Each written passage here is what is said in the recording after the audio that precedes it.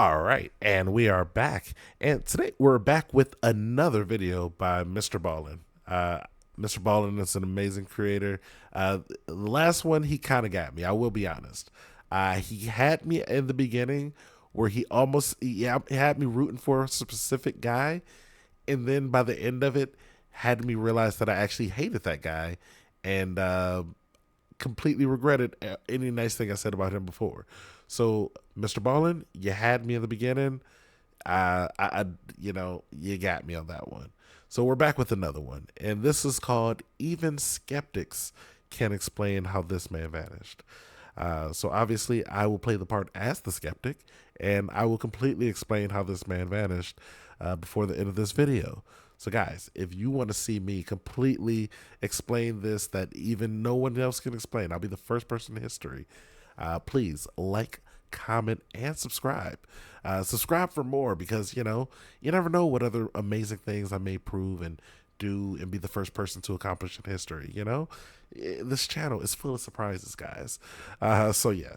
Also, if you don't like, comment, and subscribe, remember, YouTube will come through that door, and they will. Even skeptics can't explain how this man vanished. So yeah, let's get into the video so I can explain how this happened. Today's video is primarily geared towards skeptics because the story I'm going to tell you today is often cited as proof that we are not alone in this universe, that aliens exist. This is going to get me in a tough place because I actually believe somewhere out there alien life does exist.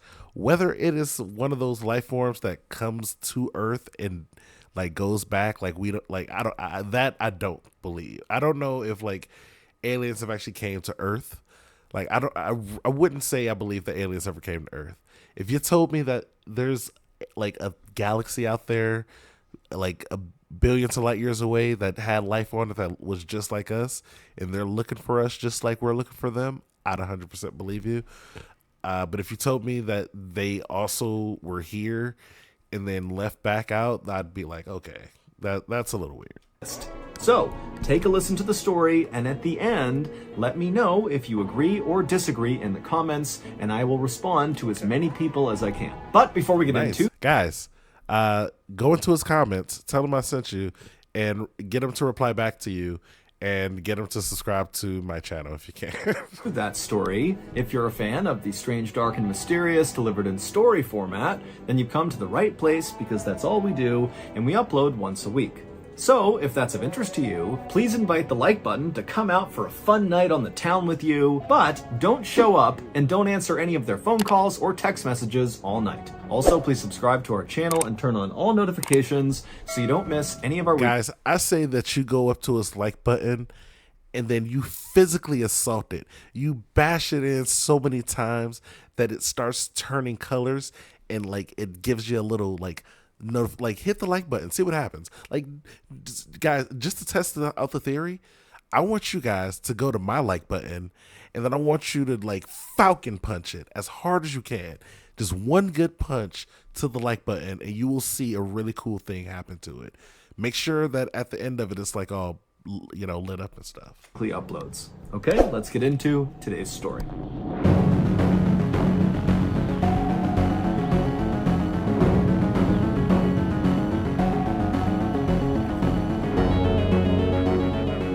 Shelly, what does this mean? On the afternoon of June 6, 1980, a 56-year-old man named Zygmunt Adamski, who just went by Ziggy, was having a late lunch with his wife and his cousin inside of Ziggy's little brick house in the English village of Tingley. That day had been a particularly stressful day for Ziggy and his family because the following day was Ziggy's goddaughter's wedding, and Ziggy was very close with his goddaughter. Ziggy and his wife couldn't have kids because of medical issues, and so his goddaughter had basically become, at least in Ziggy's mind, like his own daughter. And so in fact, at her wedding, Ziggy was going to be walking her down the aisle. And while Ziggy was really excited about this, he was also very stressed out that he was going to screw it up. And so he had gone over and over, what responsibilities he had as part of the wedding party. And he had this little speech he had to give that he had rehearsed 50 times. He had it written out. I mean, he was ready, but he was very much in his own head about something potentially going wrong that he would be responsible for. And on top of that stress, Ziggy had gotten into a fight that day with his cousin because he felt like the cousin was being kind of disrespectful in some way to his goddaughter. And so Ziggy had stepped up and defended his goddaughter to his cousin. And so there was this undercurrent of tension at the lunch table, not to mention this overarching stress that Ziggy was under about this wedding. And so as Ziggy and his cousin and his wife have this kind of Now, this sounds like a regular family here. Like, so far, this checks out. I'm being skeptical here. I got my skeptical glasses on. This is my skeptical flannel. So I want to make sure that you guys know I'm in the mystery of what he's saying right now. meal, Ziggy suddenly realizes that he forgot to get potatoes when he went to the store earlier to buy ingredients for this meal. And for some reason, Ziggy decides, you know what, I'm going to just put my stuff down now, go to the store, and get those potatoes, even though at this point it was too late to make the potatoes for the meal. And so maybe Ziggy just wanted to go out and do anything to get away from his cousin for a minute and away from all this wedding planning they were doing and just kind of go out and clear his head. And so Ziggy put his... First theory. Ziggy didn't disappear from aliens. Ziggy had a panic attack and just left out and didn't tell anybody. And then, I don't know, maybe he just started a new life. I don't know. He just did like a Forrest Gump where he just like started walking and then just like kept walking. And then just like, he was just somewhere different. And he didn't do the full Forrest Gump because he didn't go back. He just like left and vanished. Nobody knows why. He went to go get potatoes. Let's see how this first theory cracks out. Napkin down on the table. He stood up. He told his cousin and wife that he was going out to get potatoes. They were like, okay. And the cousin actually said, do you want me to come with you? Is there anything else you need to get while you're out?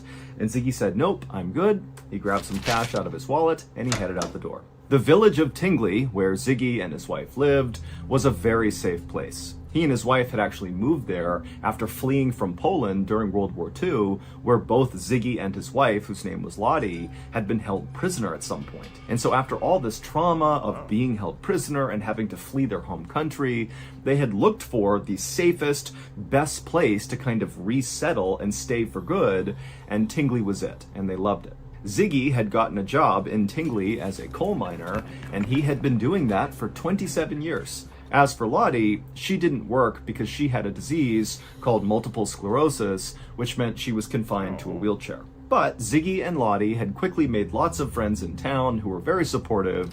And well, shout outs to Lottie.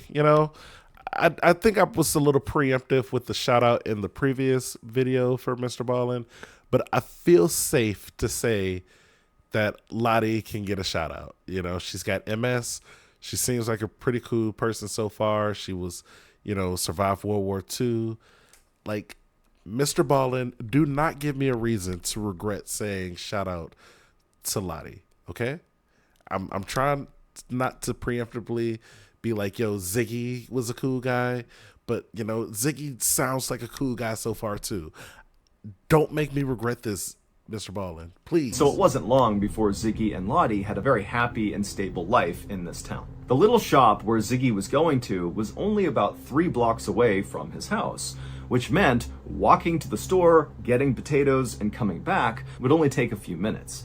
And so Lottie and the cousin back home, they expected to see Ziggy really come back within 10-15 minutes. But when he didn't, and after about 30 minutes went by, Lottie actually got really concerned because Ziggy was just not the type of person to do stuff unannounced. He was incredibly methodical, he was very punctual and reliable, and so being late from this little trip to the store was just so uncharacteristic that Lottie told the cousin, hey, you go to the store and see if Ziggy is there, see what's going on here. Ziggy had worked in the coal mine for nearly 30 years, and he had some serious lung issues from breathing in all of the coal, and so Lottie was thinking, maybe he collapsed or something along the way. away from these breathing issues. But when the cousin got to the shop, the shop owner told the cousin that they had seen Ziggy. He had come in about 25 minutes earlier, he had bought a bag of potatoes, seemed totally normal, everything was fine, and he had left, walking back in the direction of his home. And so the cousin thanked the shopkeeper and then left and began jogging back towards Ziggy's house, thinking, maybe he had just not seen him on the way, that maybe Ziggy was sitting down somewhere on this 3-block path. But the cousin got all the way home and didn't see any sign of Ziggy. And so after going back inside of the house, the cousin and Lottie talked about what they should do, and they actually went back out into the neighborhood asking around, asking neighbors and other people if they had seen Ziggy. But after a couple of hours of canvassing the neighborhood and not finding Ziggy or finding any indication of what happened to him, Lottie ended up calling the police. But the police were not inclined to launch a huge investigation for a grown man who's only been missing for a couple of hours in his neighborhood with no sign of foul play or any other sign that anything really bad had happened. And after the police began asking questions of Lottie and the neighbors about what Ziggy's life was like, they learned that recently Ziggy had been declined for an early retirement from the coal mine. Because of those breathing issues he was having, he had requested to retire now, but they said no. And so Ziggy was really upset about that. He was really stressed about this wedding of his goddaughter the next day. He had been fighting with his cousin. Also, Ziggy was basically taking care of his wife, who's in this wheelchair all the time. And so because of all these stressors in Ziggy's life, the police started to wonder if maybe it was possible that Ziggy had not been going to get potatoes, but in fact was just kind of abandoning his family. And so ultimately, on the day that Ziggy went missing, the police told Lottie and Ziggy's cousin that they should just sit tight, see if he comes back tonight, and if he doesn't, go to the wedding tomorrow, because Ziggy is so close with the goddaughter. If he's having some sort of issue right now, he's very likely to come back for something as significant as this wedding. And so Lottie and Ziggy's cousin stayed. That makes sense. So the cops went with my original theory. I don't know if that means that I'm automatically going to be right now, or if these cops are going to be proven wrong. I feel like this is probably what they wrote up in their police report and was like, yep, this is right. And I need to see more of what skeptics can't explain. Because I feel like so far, me and the police officers have explained this. Stayed at the house all night. Ziggy did not come back. They didn't hear from him. And the next day they went to the wedding, but Ziggy didn't show up for that either, even though he's supposed to walk his goddaughter down the aisle. And so after coming back from this wedding, Lottie called the police. She called local hospitals. She talked to all of her neighbors. I mean, she really put out like an all points bulletin to everybody in the area that something terrible has happened to Ziggy and we need to find him. But despite police beginning to lean into this and her neighbors really going out in force to try to find Ziggy, no one could find him. He had just vanished.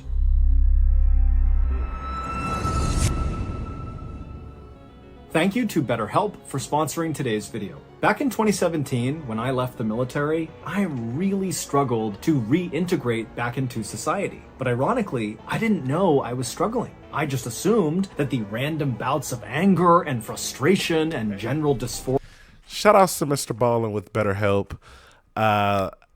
Unfortunately, BetterHelp does not promote me at the moment, so I'm going to try to go past this part a little bit. But BetterHelp is an amazing resource. I've used this resource before. What some of my viewers know is that I've been through a divorce, and BetterHelp is a great resource. It's only like, I think it's like, what is it, like $200 a month or something? Like, maybe like, because I think it's like $60 a week or something.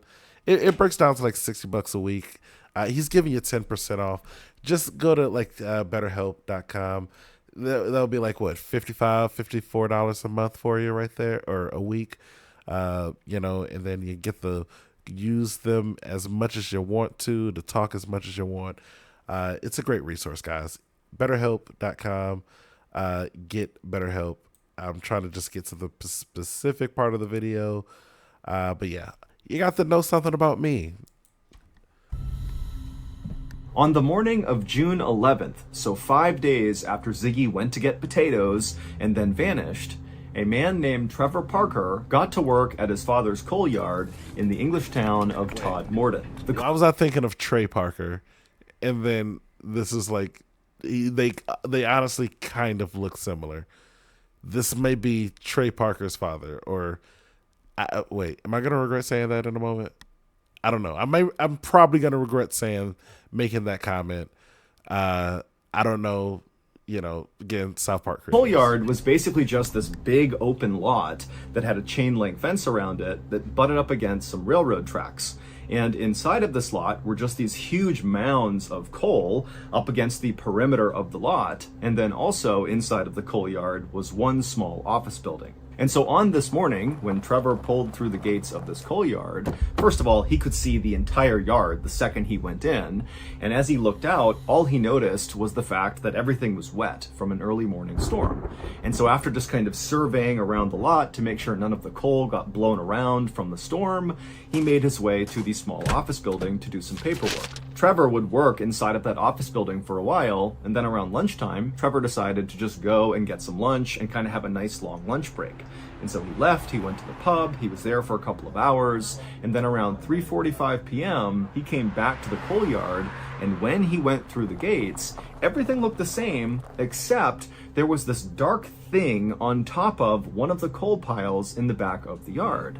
Now, Trevor didn't know if he had seen it when he had first arrived that morning or if it was new, but whatever it was on this pile, it immediately caught Trevor's attention. And so after parking his vehicle, Trevor began walking over to this 12-foot tall coal pile with this thing on it, and when he got about 30 feet away from it, he realized he saw someone's shoe, that this dark figure was a person, and right away Trevor started rolling his eyes because there was a group of homeless people that lived near the railroad tracks just outside of the coal yard, and it wasn't uncommon for them to get really drunk and then wander their way into the coal yard where sometimes they would fall asleep. And so Trevor's thinking, okay, clearly one of these drunk homeless people has found their way into the coal yard and they've passed out on top of this pile of coal. And so instead of going over and talking to this person directly, Trevor just turned around, went back inside of the office building, and he called for an ambulance. The ambulance arrived a few minutes later. They did not have their sirens on. They didn't come flying into the yard. This was a routine thing they were doing. They were scooping up a drunk and bringing them back to the hospital. And so when the medics got out of their ambulance and Trevor directed them over to the proper coal pile, they were just cracking jokes along the way. This was not a big deal. When the two medics got to the bottom of the coal pile, one of them began climbing up the coal to go see this drunk person and get them down. And so Trevor, as this is happening, he walked a little bit closer, and when he did, he realized that the person who had fallen asleep on the coal, they had really nice pants on, like tailored pants. They were certainly not what Trevor expected this person to be wearing. But before Trevor could even really react to the clothes this person had on, the medic who had climbed up had finally reached this person. They reached down and began trying to move the person around. And suddenly, when they had manipulated this person's body enough, the medic's facial expression completely changed. They went from somewhat routine to totally horrified, and they backed off of this person on the coals. They turned around and ran down the coal, practically falling over themselves. And when they got down there, Trevor heard the medic say to his partner, call the police right now. And Trevor said, what's going on? What did you see? And the medic, who had reacted that way, just shook his head and walked away to kind of compose himself. And so Trevor, at this point, was starting to get spooked himself. I'll tell you one thing. MrBallen's a good storyteller. You know, I one day hope that I can tell stories as captivating as this guy does. Because I need to know what he's about to say next. You want to know what he's about to say next. And that's exactly why I paused right here. Because I'm a good reactor. You know, I'm good at this reacting thing. So I know the moments when I should and shouldn't be pausing. Except for the moments when I forget that I should be unpausing. Because I'm not the perfect reactor. No one in this life is perfect. And that's what this video is really all about, guys. Is knowing when to and to not say or be perfect. That doesn't make sense, but I just needed to pause the video. Whatever the medic had just seen had really shaken him up, and so Trevor just kind of stood there while the other medic ran in and called police. And then a few minutes later, a police car came flying into the coal yard, and an officer named Alan Godfrey, along with his partner, got out of the car. This is really the photo you take for your police? Like, this is your cop picture? This is hilarious. This is like, you're just pointing to the sign, you know, it's the mustache. This is hilarious.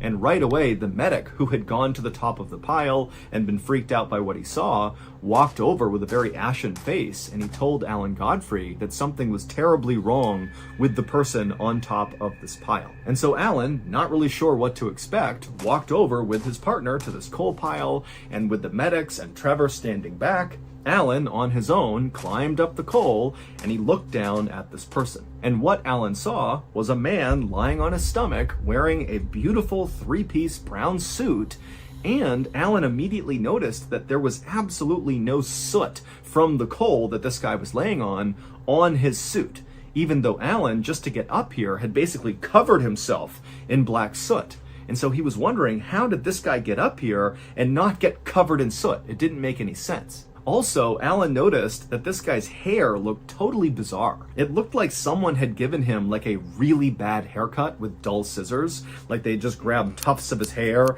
and kind of chopped randomly. I mean, his hair was kind of all over the place, there were bald spots, and then as Alan looked from this guy's hair down, he noticed almost hidden in his hairline was this fairly deep wound in the back of his neck that was still bleeding, but there was this weird green jelly-like substance very obviously placed over this wound, and Alan had no idea what this substance was. But as weird as all that was, that didn't explain why the first medic had basically completely panicked and run away.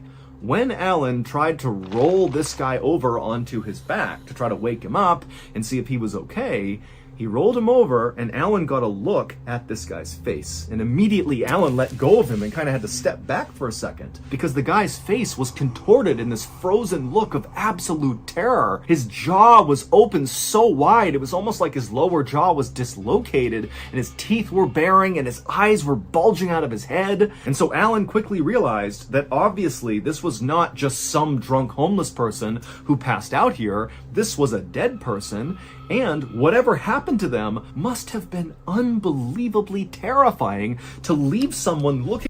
Okay, before he says what he's going to say, here's my theory, okay? Scratch the first theory. He didn't have a panic attack. New theory.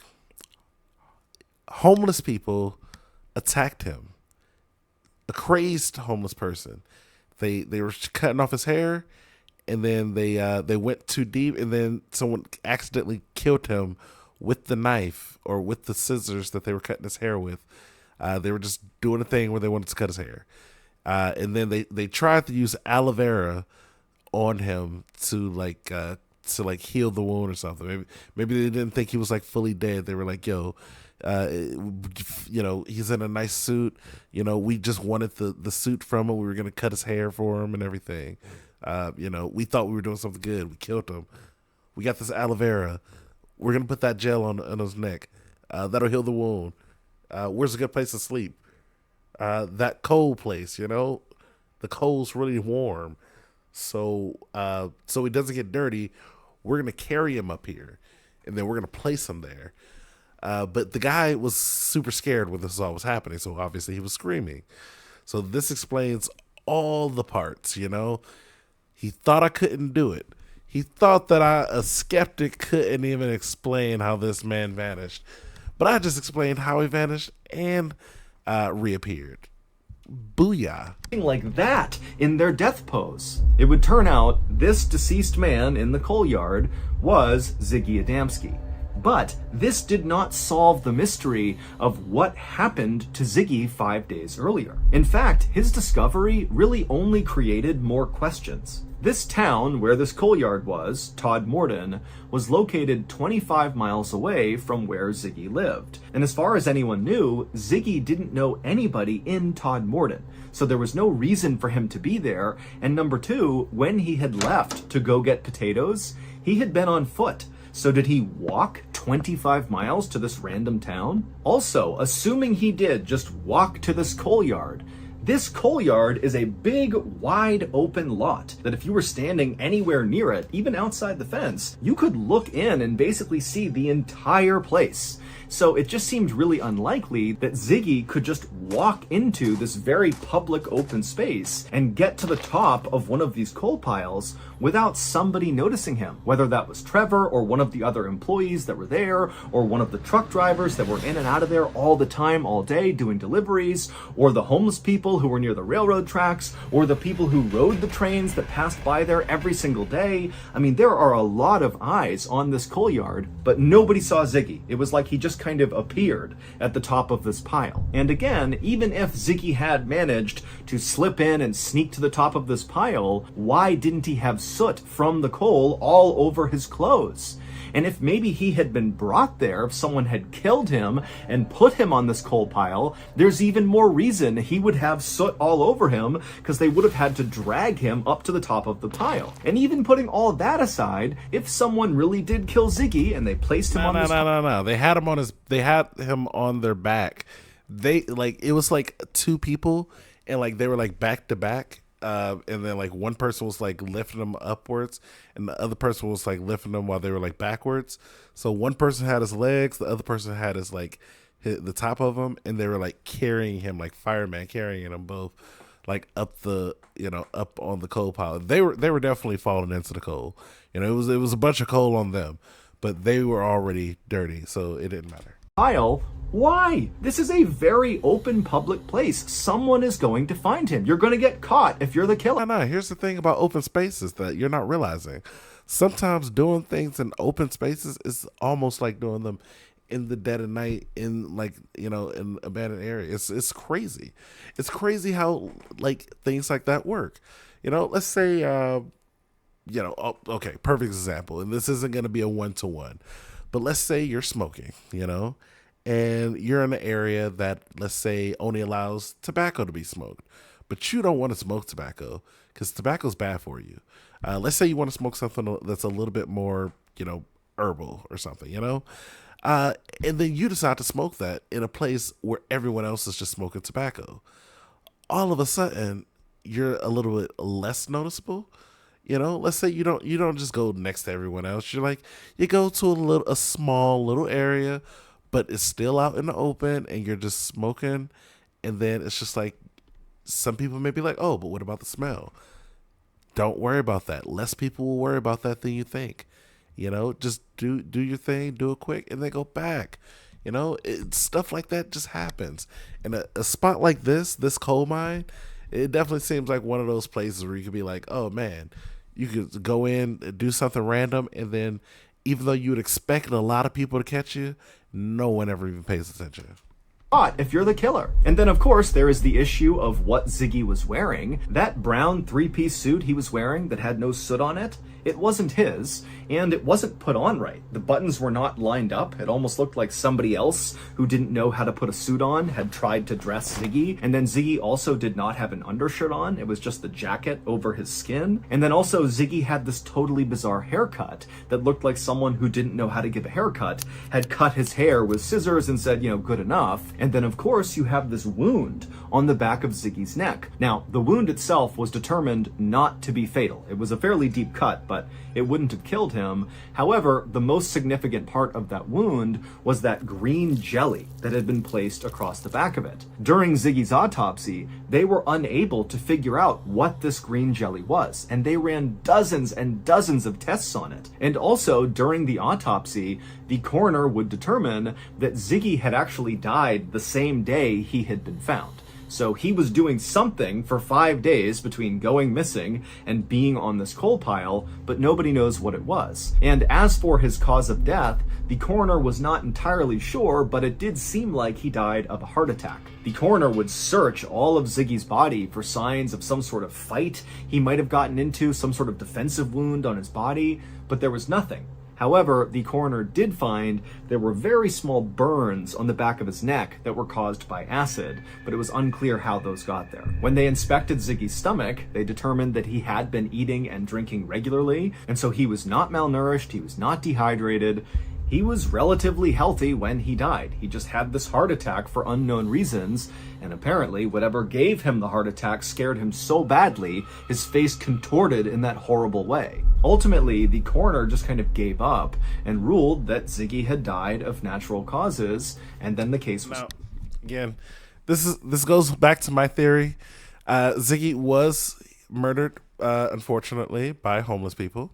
But they were trying to be good. And so what they did was at the end of it, they gave him their collection, their best suit that they had, because they didn't mean, they were just trying to give him a haircut. And again, they didn't know about aloe vera, gel back in this day. I think, what do you say, this is the 80s or the 70s? They didn't know about it back then, especially in this country here. This is like a new thing for them. Even though it is something that some people may be like, oh, but aloe vera doesn't look like that.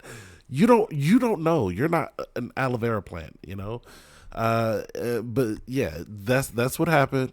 They accidentally cut him. It didn't kill him. That's why they tried to put the aloe vera on it. They didn't know what it was.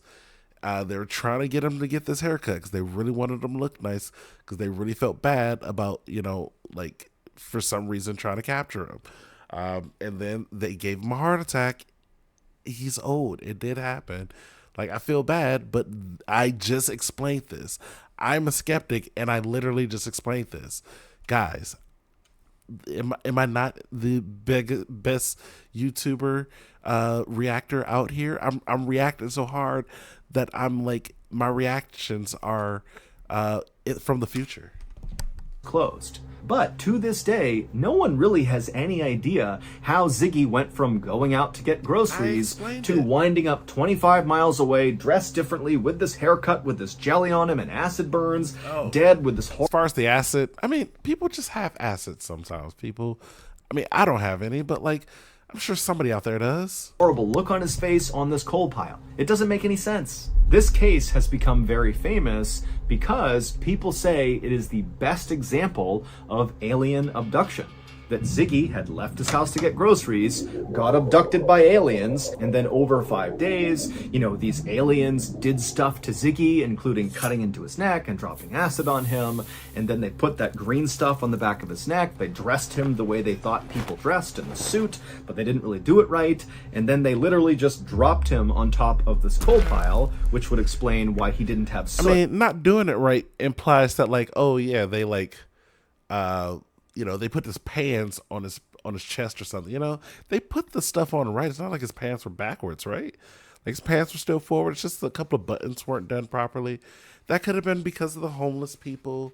Even when they drop him into the soot, I feel like was there like a deep dent within the the rocks there, or was it kind of like a nice little? He was placed on there like I explained it, I feel like I saw this. All over him. He was dead, they dropped him, and he just landed on the top of the coal pile. And even if you think that's totally far-fetched, keep in mind, still today, we do not know what that green jelly compound was on the back of his neck. It's literally never been identified, and people have been trying to figure it out for 40 plus years. Also, it's worth noting that one of the responding police officers, Alan Godfrey, claimed to have seen a UFO within weeks of finding Ziggy Adamski. I don't know. I can't really trust this guy's mustache. Like, I want to believe him, but look at the photo of the alien that he has. I don't know. What is this? 4 feet? Is this 20? Is this 20 by 4? What is this? I don't know. I don't trust this measurement. So that's going to do it. If you got something out of today's... All right, guys. Another great video by MrBallen. Incredible. If you haven't already, please go like his channel, comment on his channel, tell him that I sent you to his channel, and subscribe to his channel. And also, while you're doing all that stuff, do all 3 of those things for my channel as well. Go to my, you're already on my channel. So step one, subscribe, comment in the comments there, and hit the like button. All three of those things help out the algorithm. The algorithm comes back to help out, and get more people to like it. We all win, guys. But yeah, another great video by MrBallen. And as always, I want to say thank you to anyone who's made it this far. You guys are incredible. This is where I'm really just ranting off for the top of my head, and I'm not really saying too much. If anyone can see, I am starting to sweat a little bit, so I think it's time for me to switch out into a normal shirt. So yeah, it's been a fun one, and as always, bye.